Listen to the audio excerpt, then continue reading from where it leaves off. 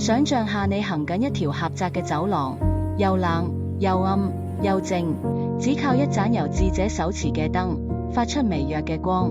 呢個人就係天路歷程入面嘅天路客 Christian， 佢由解說者帶領，走到旅程中一個最令人心寒嘅時刻。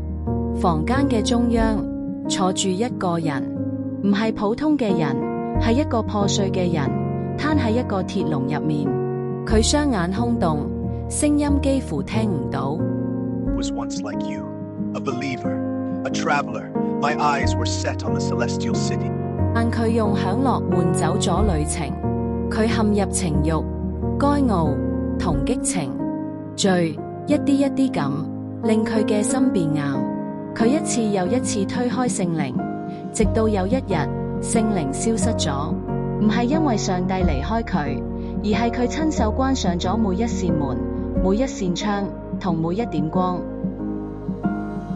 But surely, Jesus will still forgive you. I crucified the Christ afresh, day after day. I shut myself out from his mercy.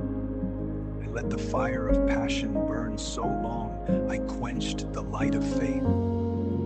呢個唔只係一個悲劇故事，佢係一個警告，警告人哋知放任嘅激情會付出代價，而真正嘅忍耐有靜默但強大的力量。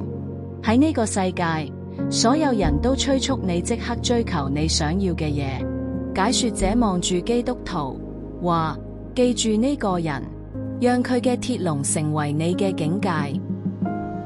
好多人起初都懷着火熱出發，但唯有憑信心、憑忍耐、憑一顆守護嘅心去行嘅人，先可以榮耀地完成旅程。激情燒得快，忍耐卻能長存。要謹慎選擇，要謙卑前行。記住，有啲籠唔係用鐵做成，而係由我哋拒絕改變嘅選擇築成。